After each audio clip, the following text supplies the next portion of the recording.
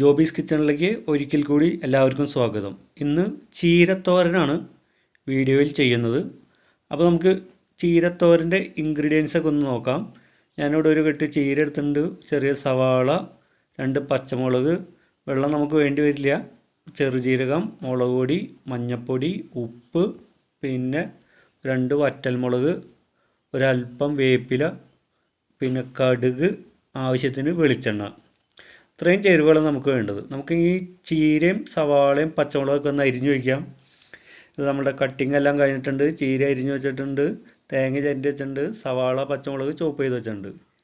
ഇനി നമ്മൾക്ക് ഒരു ചട്ടി വെച്ച് വെളിച്ചെണ്ണ നന്നായി തിളച്ചതിന് ശേഷം നമ്മളുടെ കടുക് അതിലിട്ടൊന്ന് പൊട്ടിച്ചു കൊടുക്കാം. നന്നായി തിളച്ചതിന് ശേഷം മാത്രം കടുകിടുക, അപ്പോൾ നല്ല സ്മെല്ലൊക്കെ നമ്മൾക്ക് കിട്ടും. കടുക് പൊട്ടിത്തീരുന്നതോടുകൂടി നമ്മളുടെ വറ്റൽമുളക് അതിനകത്ത് ഇട്ട് കൊടുക്കാം. വറ്റൽമുളക് ഇളക്കി കറുപ്പ് കളറ് വരുന്നത് വരെ ഇളക്കുക. ആ സമയമാകുമ്പോൾ നമ്മളുടെ ചോപ്പ് ചെയ്ത് വെച്ചിരിക്കുന്ന സവാള, പച്ചമുളക് എന്നിവ ചേർത്ത് കൊടുക്കാം. ഇത് നന്നായിട്ടൊന്ന് നമ്മൾക്കൊന്ന് വഴറ്റി കൊടുക്കാം. നമ്മൾക്ക് കുറച്ച് വേപ്പിലയും കൂടി ഇതിലേക്ക് ഇട്ട് കൊടുക്കാം.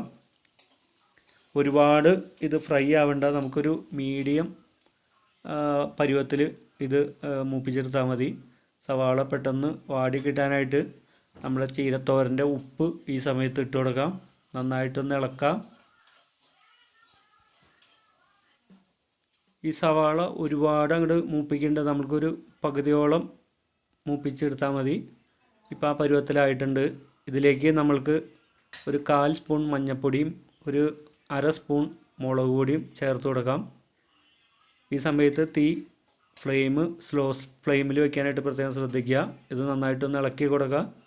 അതിനുശേഷം നമ്മളുടെ അരിഞ്ഞു വെച്ചിരിക്കുന്ന ചീര ഇതിലേക്കിട്ട് നന്നായിട്ടൊന്ന് മിക്സ് ചെയ്തെടുക്കാം.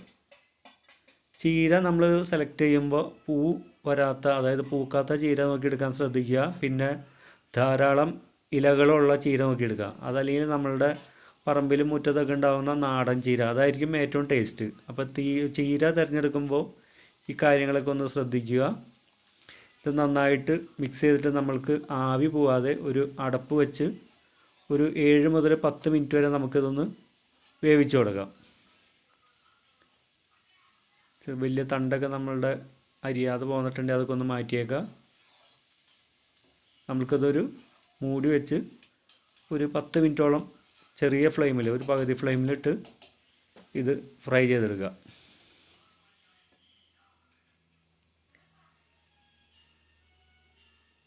നമ്മൾക്ക് ഈ സമയം കൊണ്ട് നമ്മളുടെ തേങ്ങയൊക്കെ ഒന്ന് ഒതുക്കി വയ്ക്കാം.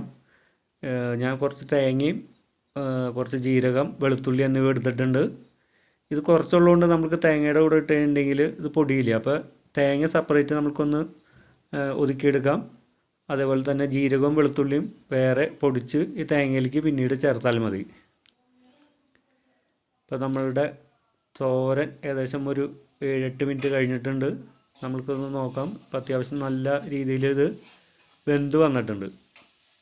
നമ്മൾക്ക് നന്നായിട്ടൊന്ന് ഇളക്കിയിട്ടിട്ട് നമ്മളുടെ ഒതുക്കി വെച്ചിരിക്കുന്ന തേങ്ങാക്കൂട്ട് ഇതിലേക്കിട്ട് നന്നായി ഒന്ന് മിക്സ് ചെയ്യാം.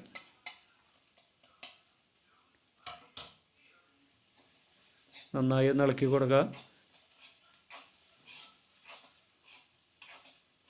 ഇതൊരു 1 മിനിറ്റോളം നമ്മൾക്കൊന്ന് ഇളക്കിയിട്ട് നമ്മൾക്ക് ഇതിൻ്റെ തീ ഓഫ് ചെയ്യാവുന്നതാണ്.